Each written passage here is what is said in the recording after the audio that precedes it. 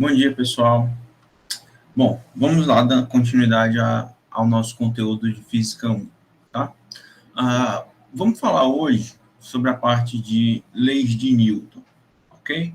Então, basicamente, né, as leis de Newton são bastante conhecidas, mas basicamente a gente tem três leis de Newton, certo? Eu vou explicando cada uma delas, e depois a gente vai dar mais ênfase à segunda, né, que é bem mais importante.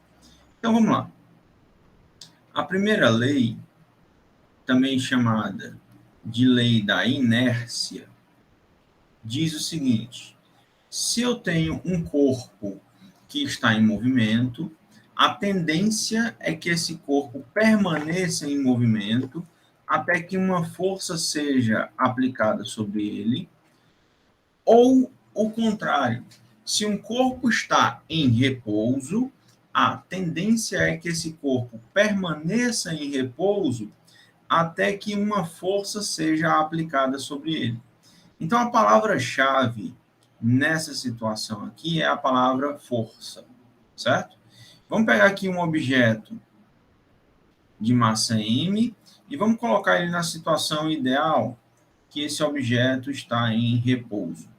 Eu só vou conseguir mudar o estado de movimento desse objeto a partir do momento que eu aplicar uma força, tá? Então, eu tenho o meu objeto de massa m, eu só vou tirar esse objeto do repouso e colocar ele em movimento a partir da aplicação de uma força.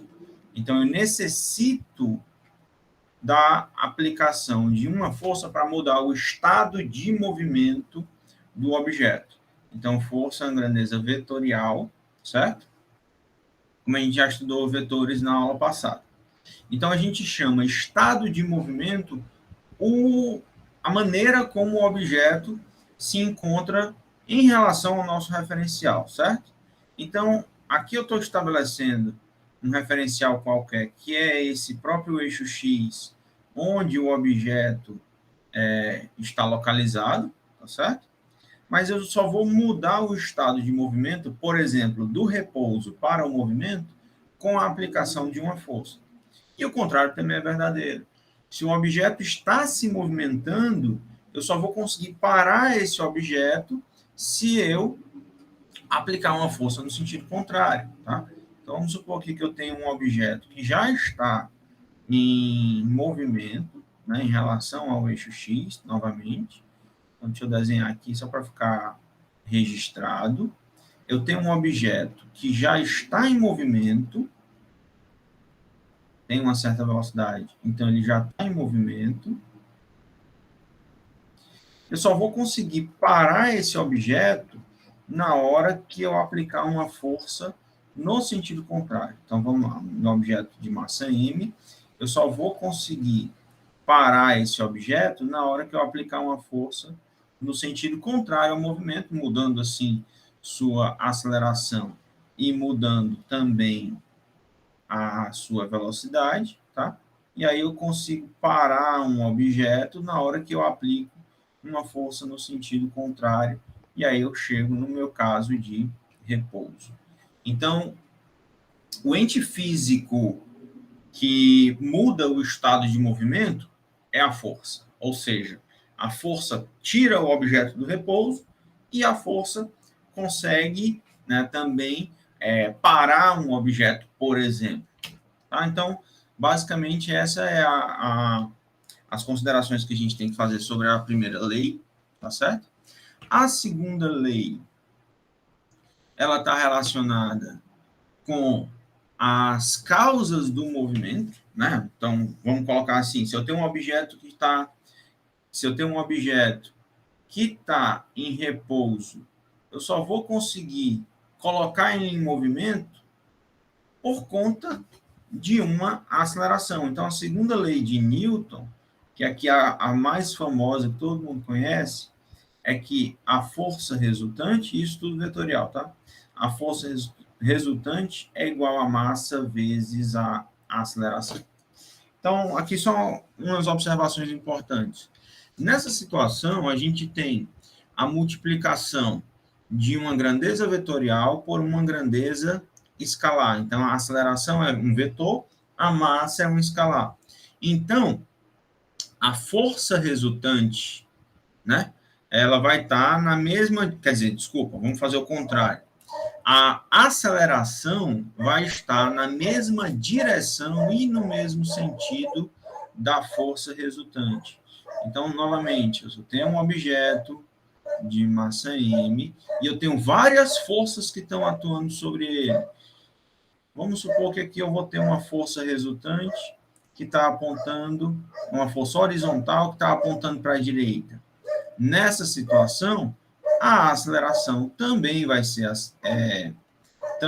horizontal e também vai apontar para a direita. Mas vamos discutir um pouquinho sobre essa força resultante. A gente tem alguns casos mais clássicos, tá? Então, para todas as situações, eu vou escrever meu objeto de massa m e eu vou calcular 3 forças resultantes, que são as mais comuns que a gente tem. Vamos colocar, por exemplo, sobre o meu objeto, vamos colocar uma função 1, e aqui eu vou começar a suprimir a notação vetorial, tá? Só para não ficar escrevendo toda hora. Mas eu tenho uma força que tem módulo F1 e é horizontal e aponta para a direita. Vamos colocar, no caso mais básico, F1 na mesma direção e no mesmo sentido de F2. Aqui a gente vai obter que a força resultante, se elas estão na mesma direção e no mesmo sentido, o módulo da força resultante é o módulo de F1 mais o módulo de F2. Se eu coloco mesma direção e sentidos contrários, no bloquinho de massa M, para obedecer a lei de Newton, vou colocar a força F1 para a direita e vou colocar a força F2 para a esquerda. Aqui a situação que a gente tem, pessoal, como o módulo do vetor é representado pelo tamanho da seta, aqui a gente já pode verificar que a força F1 é maior do que a força F2. Então, nesse caso, a gente vai estabelecer essa força resultante, o módulo da força resultante, ela vai ser o maior vetor menos o menor vetor. E aí, a força resultante vai apontar na mesma direção e no mesmo sentido do maior vetor, que no caso é F1, certo? Então, só para desenhar aqui, a força resultante nesse caso, que é o somatório das duas, né, vai estar apontando na mesma direção e no mesmo sentido, então vai ser esta força resultante aqui. Tá bom? E aí, o último caso que eu quero discutir com vocês sobre as forças resultantes é a situação onde a gente recai no Teorema de Pitágoras. Vamos ver aqui o seguinte: se eu pegar as duas forças perpendiculares, vamos manter a força F1 apontando para a direita e vamos botar agora a força F2 vertical, tá? Nessa situação, a gente vai obter, através da regra do paralelogramo, né? Deixa eu traçar retas paralelas a cada um dos vetores, e aí, onde essas retas se encontram, é onde está meu vetor, que é a força resultante. Então, aplicando o teorema de Pitágoras, a gente vai ter que a força resultante é igual a raiz quadrada de F1 ao quadrado mais F2 ao quadrado. Tá certo? E aí a gente calcula quem são essas forças resultantes, sabendo a massa do objeto, determina quem é a aceleração, tá bom? Então a gente tem essas 3 situações mais básicas, né, as situações mais clássicas de obter a força resultante, tá bom?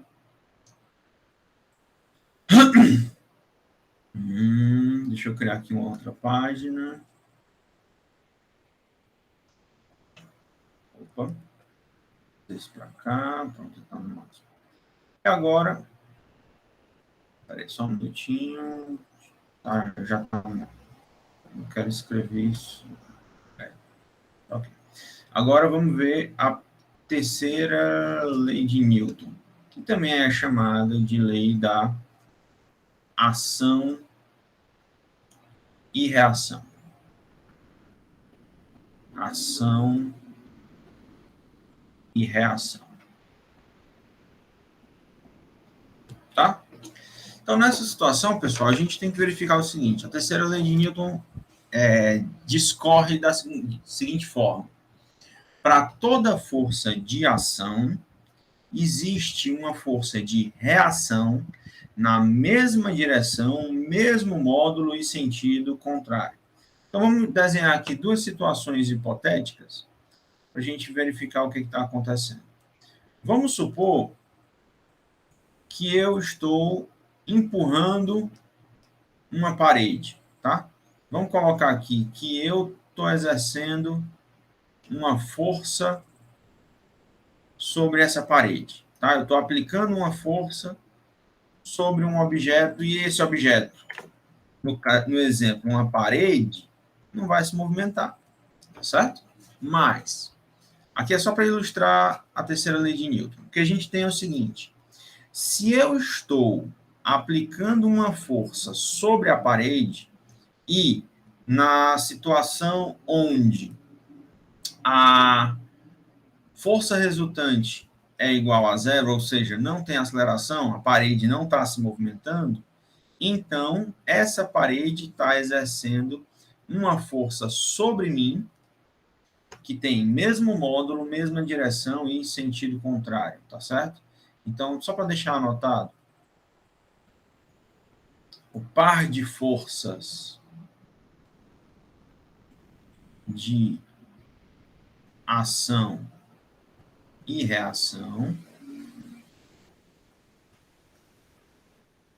é de mesma direção, mesmo módulo,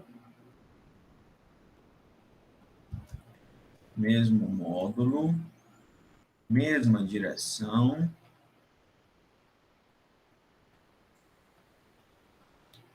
e sentido contrário.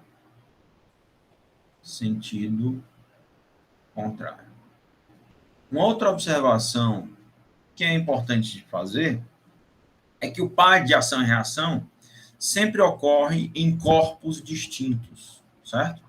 Uma força eu estou aplicando sobre a parede, a outra força a parede está aplicando sobre mim. Então, os pares de ação e reação sempre aparecem em outros corpos, tá certo?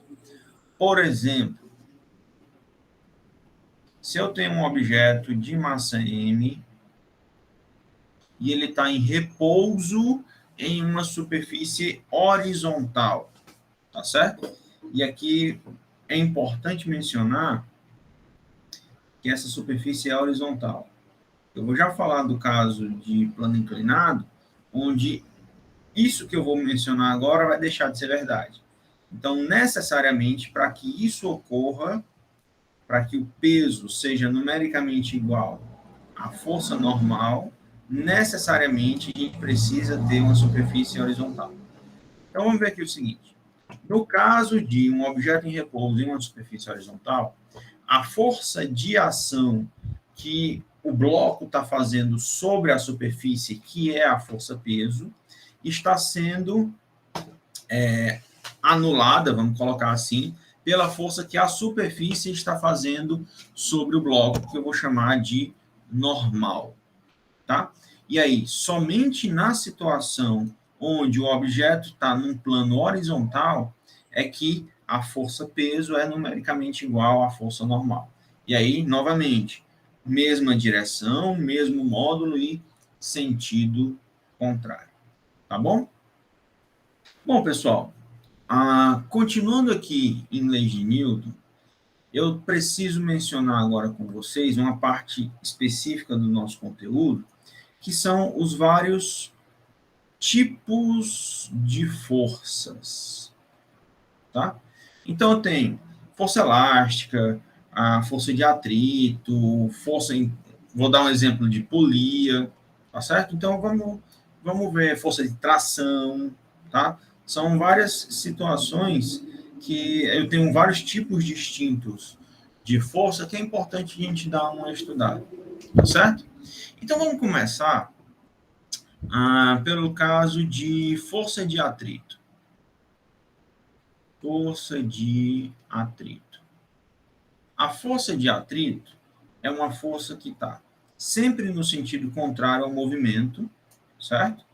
E ela tem algumas características interessantes. Vamos ver aqui o seguinte. Vamos supor que eu tenho um bloco de massa M e ele está se movimentando sob a ação de uma força F, ou seja, existe uma certa aceleração sobre esse bloco, tá? Da segunda lei de Newton. Porém, eu vou fazer o seguinte: no caso onde a superfície onde esse bloco está apoiado seja completamente lisa e polida, a gente tem força de atrito igual a zero, tá? O atrito, pessoal, ele vai surgir das imperfeições que ocorrem entre as superfícies de contato entre os blocos, né? Entre o bloco e a superfície, por exemplo. Eu vou tentar fazer um desenho aqui mais ou menos, mas é só para a gente entender. Se eu der um zoom, certo? Se eu olhar essa estrutura aqui, tá? Vamos pegar aqui e eu vou olhar microscopicamente a nível quase molecular o que está ocorrendo nessa superfície. O que a gente tem é que elas não são perfeitamente lisas. Quanto mais você aumenta o zoom, certo? Mais você vai perceber que eu tenho imperfeições nessas superfícies. Então, o fato de eu ter imperfeições, né, na minha superfície e ela não ser completamente polida, eu tenho atrito entre as partes, né, o bloco e a superfície, e isso vai causar uma força no sentido contrário. Tá? Então, eu posso dizer o seguinte, que essa aceleração que está sendo medida aqui, ela já está levando em consideração a força menos a força de atrito, para a gente ter a força resultante, duas forças que estão na mesma direção, mas em sentidos opostos, a gente vai diminuir uma da outra. Então, isso aqui é massa vezes aceleração. Tá bom? Mas as características da minha força de atrito é que ela depende, tá? Depende da força normal. Então, nessa situação onde o bloco está numa superfície horizontal, eu tenho uma força peso e tenho uma força peso e tenho a força normal. Então, esta força de atrito, ela vai ser mi vezes a normal. E esse mi, que é o coeficiente de atrito, ele é uma grandeza adimensional, porque eu estou dividindo força de atrito por força normal. Então, estou dividindo duas grandezas iguais, força no numerador e força no denominador. Então, esse meu coeficiente de atrito, ele é uma grandeza adimensional, ele não tem dimensão. Tá? E, como o nome já está dizendo, o coeficiente de atrito ele tem uma relação com a rugosidade dos corpos, ou seja, quanto mais rugoso for as duas superfícies, maior vai ser o coeficiente de atrito, maior vai ser a força que aponta no sentido contrário. Tá certo? Bom, como eu mencionei que essa situação onde a força-peso é numericamente igual à força normal somente no caso onde a superfície é horizontal, vou mencionar aqui rapidinho plano inclinado. Só para a gente verificar logo e calcular a força de atrito na situação onde isso não é mais horizontal, tá? Não estou mais pegando essa superfície horizontal. Vamos ver agora a situação de plano inclinado antes da gente continuar com as próximas forças. Então, no plano inclinado, como o nome já sugere,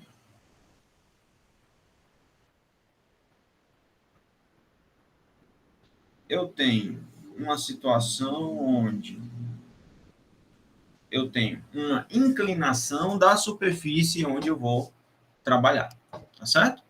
Então, aqui, vamos colocar o meu bloco de massa M, certo? E aí, vamos pegar logo, já relacionando isso com a minha força de atrito, certo? A situação que eu quero discutir com vocês aqui é o seguinte: se esse bloco está em repouso, tá?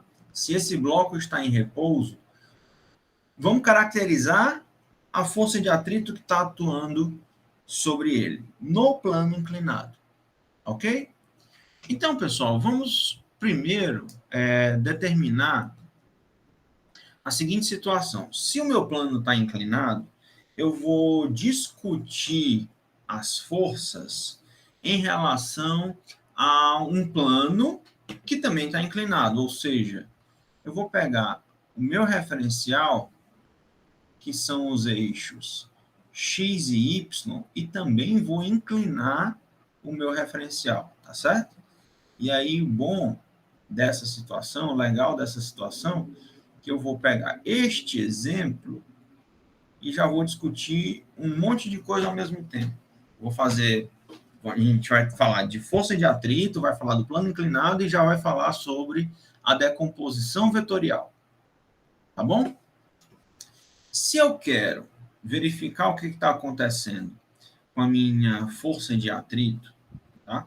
Eu tenho que levar em consideração o seguinte: o peso desse bloco sempre aponta para baixo, na mesma direção da aceleração da gravidade, certo? E aí, como a tendência desse bloco, se não houvesse atrito, a tendência desse bloco seria deslizar para baixo, é porque, necessariamente, eu tenho uma força de atrito que está apontando, que está segurando o bloco para ele ficar parado, para ele ficar em repouso, certo? Vamos colocar aqui, né, minha situação onde eu estou estudando as forças que estão atuando com o bloco em repouso no plano inclinado. Beleza.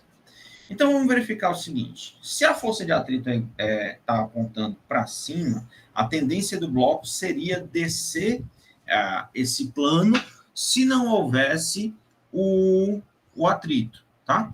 Então o que a gente tem que imaginar agora é a decomposição vetorial da força-peso nesse meu plano x e y, que tem a mesma inclinação do plano inclinado. Ou seja, o eixo x, ele é paralelo, ele tem a mesma inclinação, né? Ele tem a mesma angulação do meu plano inclinado. Então, se a gente observar aqui a seguinte situação, eu vou fazer uma brincadeira com vocês. Vou tirar o peso daqui, só para poder escrever de forma melhor. Está aqui a força-peso, e eu vou fechar o meu triângulo retângulo bem aqui, só para a gente verificar a seguinte situação. Se eu estou dizendo que a força-peso é uma força vertical, então ela forma, logicamente, um ângulo de 90 graus com a horizontal. Dessa forma, tá? Dessa forma, esse ângulo interno do triângulo retângulo, ele teria o valor de 90 menos θ, e isso faz com que o ângulo que a força-peso está fazendo com o eixo Y, tirar essa força daqui, que eu vou precisar desenhar aqui também. Vou botar essa força bem aqui. Porque esse ângulo bem aqui, ele também é um ângulo θ, tá? Então, tranquilo. O que eu vou fazer agora é decompor a força-peso nos eixos x e y em relação ao ângulo θ do meu plano inclinado. Tá bom? Vamos desenhar isso separado, só para ficar claro o que está ocorrendo, tá? Opa. O que eu vou fazer agora é o seguinte, eu vou decompor a força-peso em relação aos eixos x e y, a força-peso aponta para baixo, tá? E o ângulo que eu descobri lá pelos ângulos, pela soma dos ângulos internos do triângulo retângulo, eu descobri que esse ângulo bem aqui é um ângulo θ. Então, vou decompor a força-peso, tá? Para decompor a força-peso, a gente faz decomposição vetorial realizando a projeção do vetor em cima de cada um dos eixos. Então, eu vou projetar a força-peso no eixo Y e vou projetar a força-peso no eixo X. Então, eu vou ter duas componentes. Eu vou chamar essa componente no eixo X de Px e vou chamar a componente no eixo Y de Py. Tá certo? Aqui, pessoal, para ficar mais claro essa visualização, vamos desenhar esse triângulo de forças. Vamos desenhar ele separado bem aqui, ó. A minha hipotenusa é o eixo, é o vetor P, certo? O cateto que está mais próximo do ângulo é o meu PY. E aqui eu tenho o PX, certo? Esse PX aqui, pessoal, corresponde a esse pedaço bem aqui, tá certo? Que tem mesmo módulo, então eu vou desenhar dessa forma. Eu posso fechar um triângulo retângulo dessa maneira. Então, o que me resta agora é tirar as relações trigonométricas de seno e de cosseno desse ângulo θ. Então, seno de θ vai ser igual ao cateto oposto, que é Px, sobre a hipotenusa, que é P. Então, daqui eu tenho que Px é igual a P seno de θ, e o cosseno de θ é igual ao cateto adjacente, que é Py sobre a hipotenusa, que é P. Então, daqui eu tenho que Py é igual a P cosseno de θ. P vezes cosseno de θ. Tá certo? Então, vamos desenhar aqui em cima, certo? Bem aqui eu tenho uma componente que ela vale, essa é Py, essa componente vale P cosseno de θ, e essa componente vale P seno de θ. Tá? O que eu mencionei com vocês, que a força normal só era igual ao peso no caso onde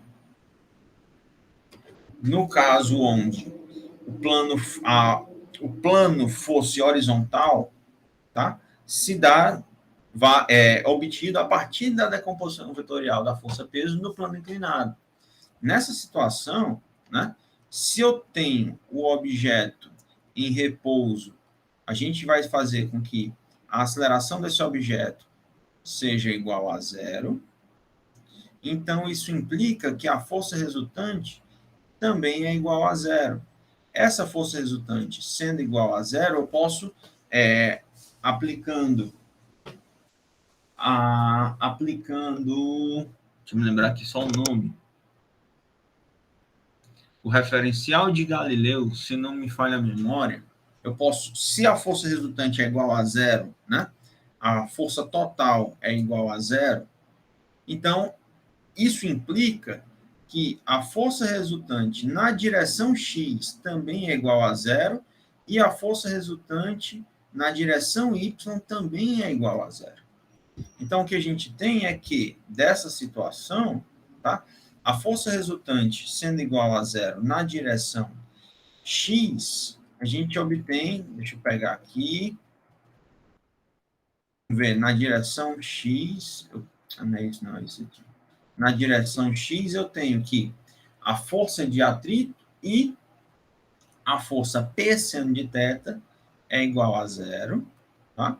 Então, a força de atrito menos a força P seno de θ é igual a massa vezes zero, né? Porque eu estou fazendo aceleração igual a zero.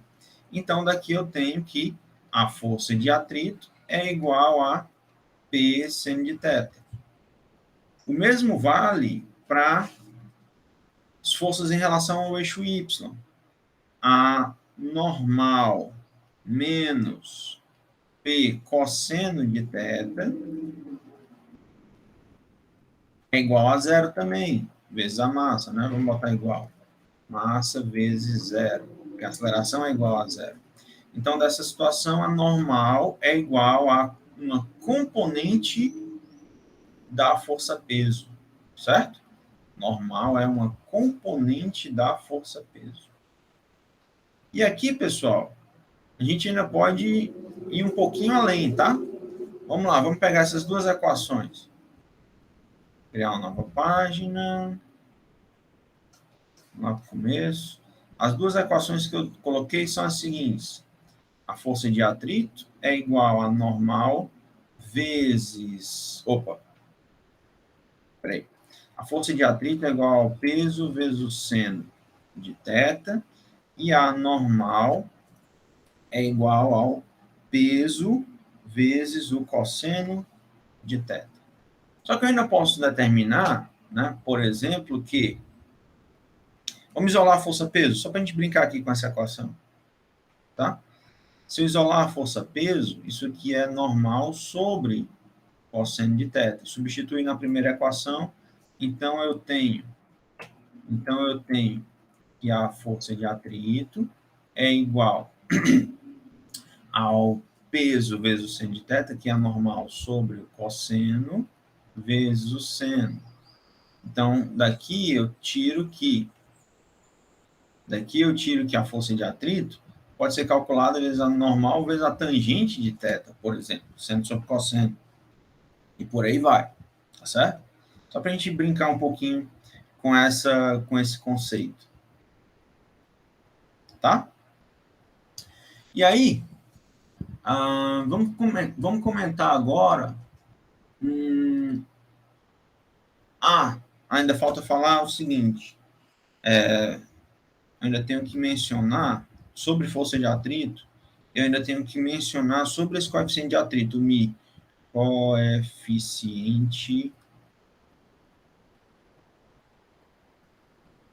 de atrito, que é o meu Mi, que é a grandeza adimensional. Mas esse coeficiente de atrito, ele pode ser de duas formas. Eu posso ter um coeficiente de atrito estático e eu posso ter um coeficiente de atrito cinético, tá? No coeficiente de atrito estático é quando o objeto está em repouso, certo? Nessa situação é quando o objeto está em repouso e nessa situação é quando o objeto está em movimento.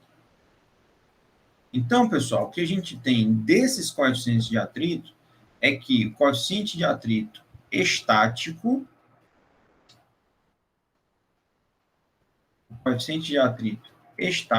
é sempre maior do que o coeficiente de atrito cinético. É muito mais difícil você tirar um objeto do repouso do que manter esse objeto em movimento, tá? Por conta dessas diferenças de coeficientes de atrito estático e cinético. Ok?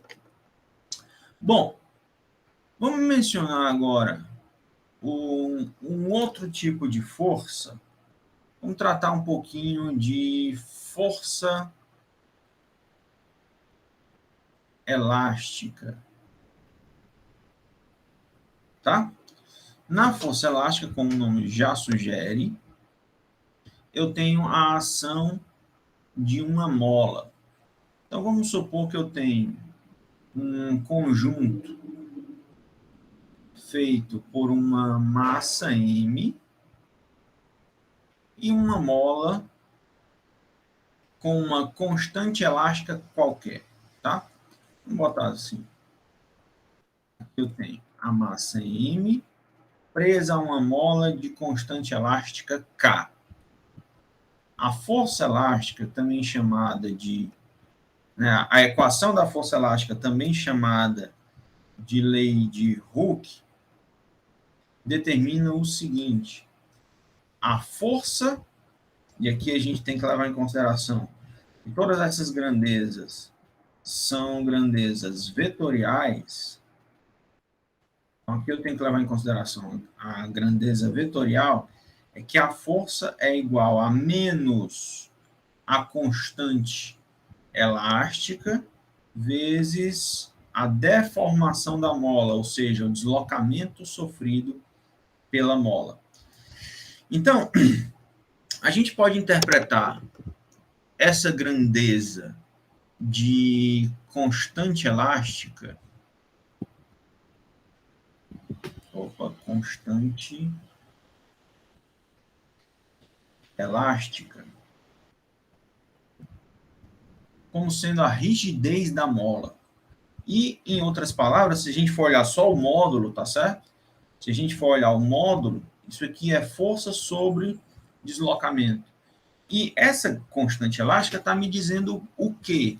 Está me dizendo qual é a força que eu tenho que aplicar sobre a mola para conseguir um certo deslocamento. Essa unidade, né, essa grandeza, tem a unidade de Newton por metro. Então, essa constante elástica, que é a rigidez da mola, está me dizendo o seguinte: qual é a força que deve ser aplicada sobre um objeto, sobre a mola, para que eu consiga um determinado objeto. E o sinal negativo aqui, pessoal, na interpretação vetorial, ele diz que a força que a mola faz é sempre no sentido contrário ao deslocamento, tá? Então, vamos pegar aqui a seguinte situação. Se eu tenho essa mola presa a uma massa numa situação de repouso, aqui eu estou colocando a origem do meu eixo X num ponto onde a mola não está nem esticada e nem comprimida. Então, eu tenho a mola no seu tamanho natural. Se eu comprimir a mola, e aqui eu vou tentar desenhar isso aqui bem bonitinho, para a gente verificar em relação a esse ponto O aqui, né, em relação a essa origem, o que está ocorrendo? Aqui o ponto O, certo?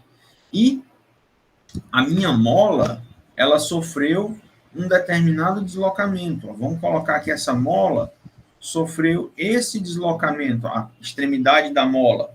Se o deslocamento está apontando para a esquerda, é porque a força elástica está apontando para a direita. Então, o sinal negativo na lei de Hooke está determinando o seguinte: a força sempre vai estar no sentido contrário ao deslocamento sofrido pela mola, tá? E o contrário também é verdadeiro. Se eu esticar essa mola,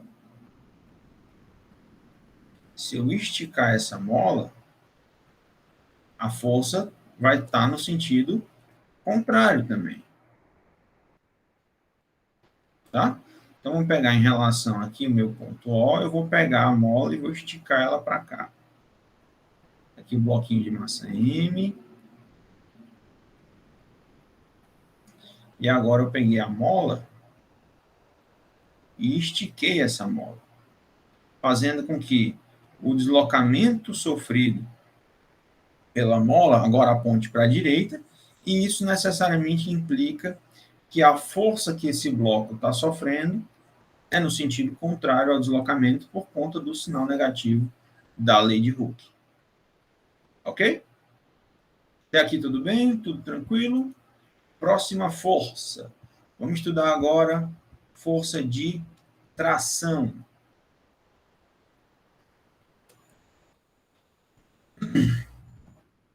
Força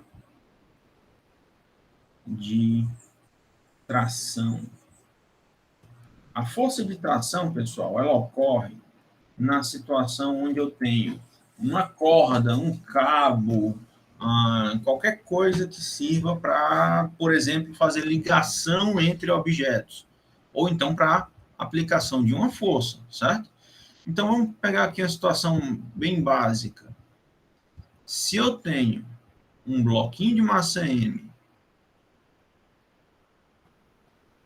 e eu prendo esse bloco a uma corda, certo? E eu puxo essa corda. Opa, peraí. E eu puxo essa corda. Peraí, como é que eu faço? Não, vou fazer só o bonequinho assim. Pronto. Se esse cara tá puxando a corda com uma força F, ele está aplicando essa força F na extremidade da corda, certo? Então, isso implica que ele está produzindo uma tração sobre essa corda. Ele está puxando, está tracionando, tensionando essa corda. Então, a força de tração, a característica dela é que ela transmite essa força. Então, sobre o bloco, eu vou estar puxando o objeto também com a força igual à força de tração que o cara estava aplicando, certo? Que é igual à minha força F. Então, as forças de tração, ela tem essa característica de transmitir as forças. Por exemplo, vamos pegar aqui, vamos dar um exemplo numérico, tá certo? Vamos pegar a primeira vez aqui um exemplo numérico. Vamos supor, para explicar direitinho essa questão da força de tração, vamos pegar dois blocos.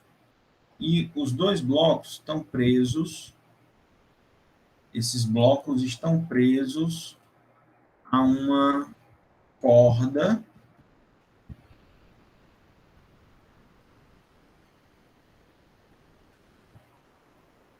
Pronto. Vamos botar os valores de 2 quilos e 3 quilos. Só para mencionar aqui o que está ocorrendo, tá? Bom, nessa situação, eu vou colocar uma força de 15 newtons puxando o bloco da frente. Eu vou chamar esse bloco de A e esse bloco de B. Então, eu tenho uma força de 15 newtons puxando o meu bloco A. Tá? Vamos determinar qual é a força de tração que está aparecendo no fio, no cabo, qualquer coisa. Tá? Vamos ver o seguinte. Nessa situação, a gente pode determinar, por exemplo, quem é a aceleração sofrida pelo meu conjunto. Bom, se esses blocos estão presos uns no outro pela ação de um fio que vai me causar uma força de tração nessa situação, então o conjunto todo tem a mesma aceleração. Então, posso colocar que a força resultante é igual à massa total vezes a aceleração. Então, a força resultante de 15 é igual à massa total, que é a massa do bloco B, mais a massa do bloco A, vezes a aceleração. Então, essa aceleração é de 15 por 5, essa aceleração de 3 metros por segundo ao quadrado. Então, vamos verificar aqui o seguinte. Para a gente determinar essa aceleração agora, né, eu poderia colocar a força que está atuando somente sobre o bloco B. Então, posso determinar a força de tração olhando apenas para o bloco B. Então, a força que está movimentando o bloco B, que é a força de tração, isso aqui tem que ser a massa vezes a aceleração. Então, essa força de tração é a massa do bloco B de 2 vezes a aceleração de 3. Essa força é de 6 newtons. Certo? Da mesma forma, se eu olhar para o bloco A, eu também consigo encontrar o mesmo valor. Mas no bloco A eu tenho a força menos a força de tração é igual a massa vezes a aceleração. Então, 15 menos a tração é igual a 3 vezes 3. A massa é de 3, a aceleração de 3. Então, a tração é 15 menos 9. Então, daqui eu tenho que essa tração também vale de 6 newtons. Então, você pode interpretar o seguinte: quem está puxando o bloco B, tá? Quem está puxando o bloco B é o fio, é a corda que está presa no bloco A.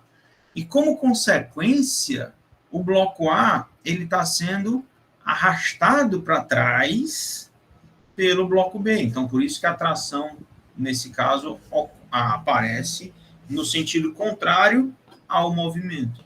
Então, aí você pode interpretar o seguinte, você pode imaginar também o seguinte: se eu cortar a corda que liga o bloco A no bloco B, então o bloco A vai acelerar mais, porque não tem nenhuma força segurando ele, prendendo ele, tá certo? Como característica interessante das forças de tração é que eu consigo mudar o sentido de aplicação da força. Por exemplo, se eu tiver um plano inclinado, e bem aqui na extremidade do plano inclinado eu colocar uma polia. Deixa eu só mudar esse desenho aqui. Peraí, pessoal, deixa eu só ajeitar esse desenho aqui. Diminuir aqui o plano, só para eu poder desenhar melhor. Então, na extremidade do plano inclinado, eu posso colocar uma polia, por exemplo. Então, a força de tração, né, vamos lá, pegar o mesmo exemplo. Eu tenho um plano inclinado e vou suspender um bloco de massa M. Vou suspender um bloco de massa M numa situação com atrito. Vamos brincar com tudo agora. E aí eu vou suspender esse bloco fazendo uso de uma polia. Então, eu estou puxando a corda, né? Eu estou puxando a corda que está presa no bloco lá em cima. Vamos só mencionar quais são as forças que estão atuando aqui. Se eu tenho um atrito, força no sentido contrário ao movimento. Se eu quero puxar o bloco para cima, certo? A força de atrito é no sentido contrário ao movimento. Se eu estou aplicando, se isso está preso numa corda, eu tenho uma força de tração. Se eu tenho plano inclinado, na direção desse movimento, eu tenho uma componente da força-peso que a gente viu que é P seno de θ. Então, a força que eu tenho que fazer aqui embaixo, né? A força que eu tenho que fazer aqui embaixo para puxar esse bloco para cima tem que ser igual, essa tração tem que ser igual a força de atrito mais a componente P seno de θ do bloco de massa M. Tá? E olha que interessante. A polia, né, e as forças de tração têm essa característica interessante que elas vão mudar a direção de aplicação da força. Lá no bloco, a força está inclinada, mas a força que eu estou fazendo aqui embaixo com a corda, ela é uma força vertical. Só que o módulo dela, né, eu mudo a direção, mas o módulo dela, tem que ser esse aqui. Força de atrito mais P seno θ. Tá bom? Bom, pessoal, vou ficando por aqui, tá? Acho que deu para dar uma visão geral sobre a parte de lei de Newton. Fiquem ligados que eu vou colocar as listas de exercícios o quanto antes, certo? E não se preocupem com o prazo. Eu vou estender um pouquinho mais aquele prazo que eu tinha combinado com vocês. Um abraço, gente.